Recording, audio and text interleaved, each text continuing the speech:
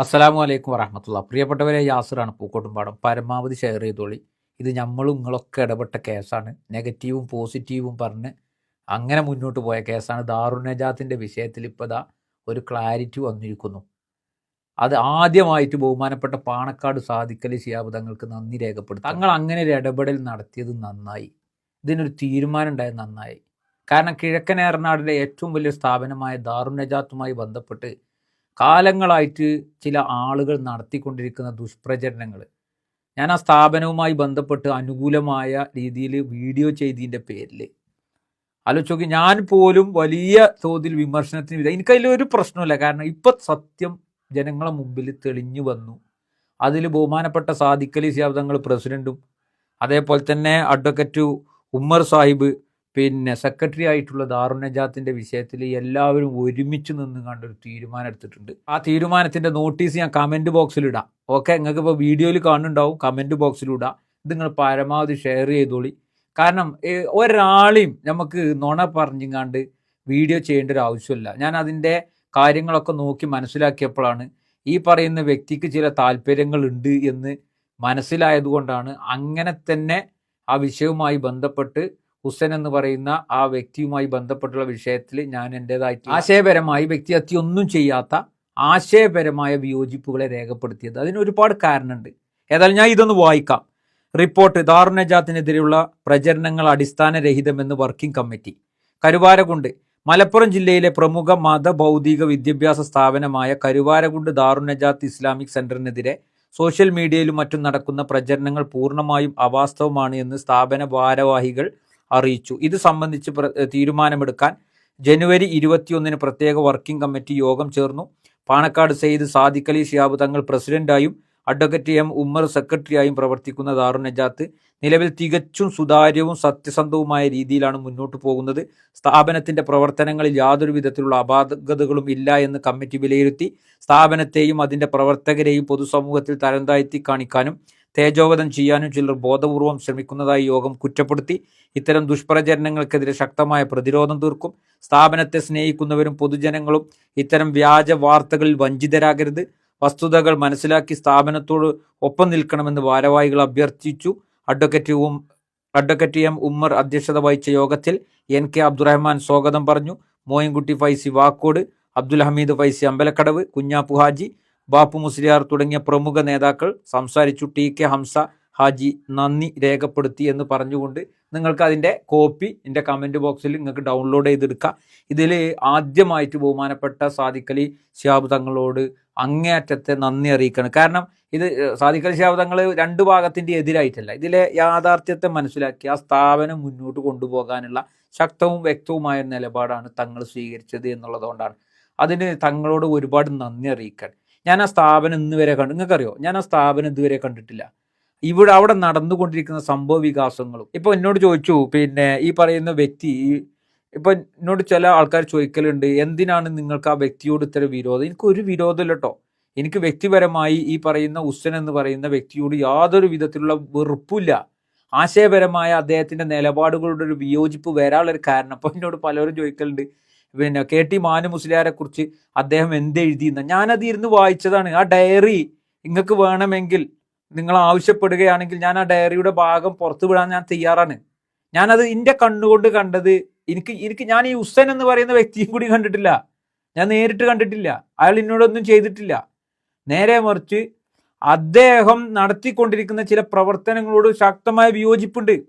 ആ വിയോജിപ്പിനെ രേഖപ്പെടുത്തിന് അദ്ദേഹം യൂട്യൂബ് ചാനലിൽ കൂടെ വന്നിട്ട് അദ്ദേഹം എന്നെ, അതായത് ഞാനൊരു യൂട്യൂബർ എന്നുള്ള നിലയ്ക്ക് എന്താണ് അഹങ്കാരം? ഒരു അഹങ്കാരമല്ല മാഷെ. നിങ്ങളൊക്കെ എടുക്കുന്ന പണി ഒരു വലിയ സ്ഥാപനത്തിന് നേരെയാണല്ലോ, സ്ഥാനമാനങ്ങൾക്ക് വേണ്ടിയാണല്ലോ എന്നുള്ള ബോധ്യത്തിലാണ് ഞാൻ ആ വിഷയത്തിൽ ഇടപെട്ടത്. ഹമീദ് ഫൈസി അമ്പലക്കടവുമായി ബന്ധപ്പെട്ടുള്ള വിഷയത്തിലാണ് എൻ്റെ ആദ്യത്തെ വീഡിയോ ഉണ്ടായിരുന്നത്.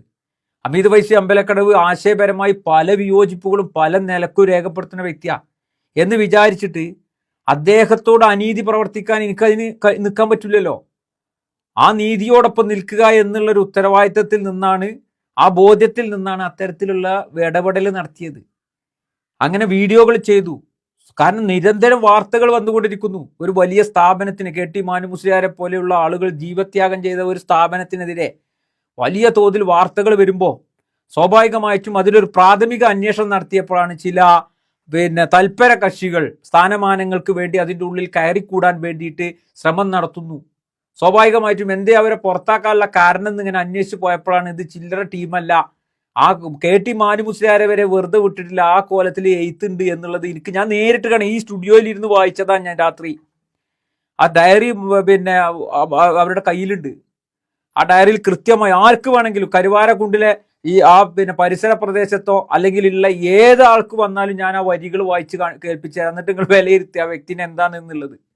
അപ്പൊ എനിക്ക് ഭയങ്കര വിഷമായി പോയി. കാരണം KT മാനു മുസ്ലിയാരൊക്കെ എന്ന് പറഞ്ഞാൽ ഒരു 10 റുപ്യ ഒരു കൊട്ടനുറുപ്യ ആ വിഷയത്തിൽ അർഹതയില്ലാതെ ഒരിക്കലും ഉപയോഗിച്ചിട്ടുണ്ട് എന്ന് ഒരിക്കലും നമുക്ക് പറയാൻ പറ്റൂല.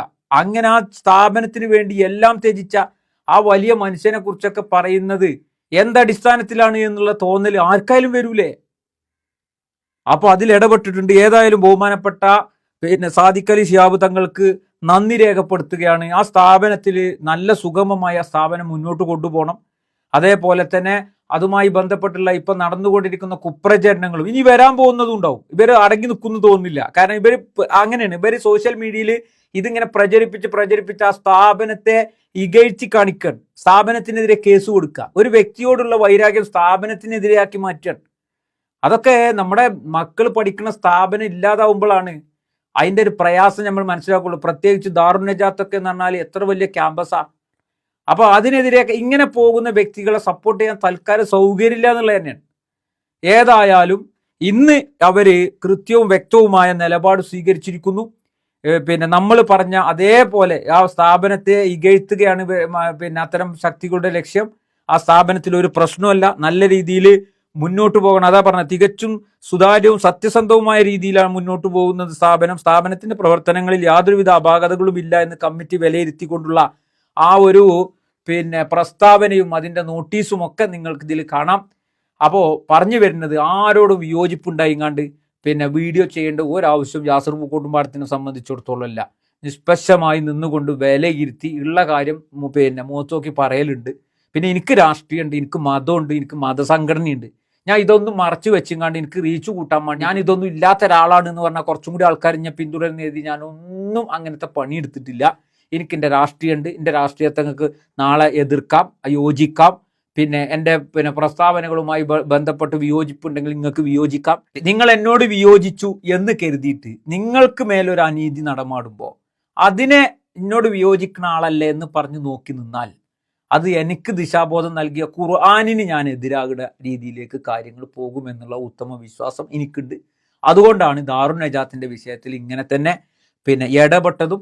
ഏതായാലും അത് സത്യസന്ധമായി തെളിഞ്ഞിരിക്കുന്നു. ബഹുമാനപ്പെട്ട സാദിഖ് അലി ശിഹാബ് തങ്ങളുടെ മേൽനോട്ടത്തിൽ അത് പൂർണ്ണമായി ബോധ്യപ്പെട്ടിരിക്കുന്നു. അഡ്വക്കേറ്റ് ഉമ്മർ MLA മേൽനോട്ടത്തിൽ അത് പൂർണ്ണമായി ബോധ്യപ്പെട്ടിരിക്കുന്നു. അത് SDPIക്കാരനായ യാസർ പൂക്കോട്ടുംപാടം കയറി ഇടപെട്ടുങ്ങാണ്ട് ബോധ്യപ്പെടുത്തിയതല്ല.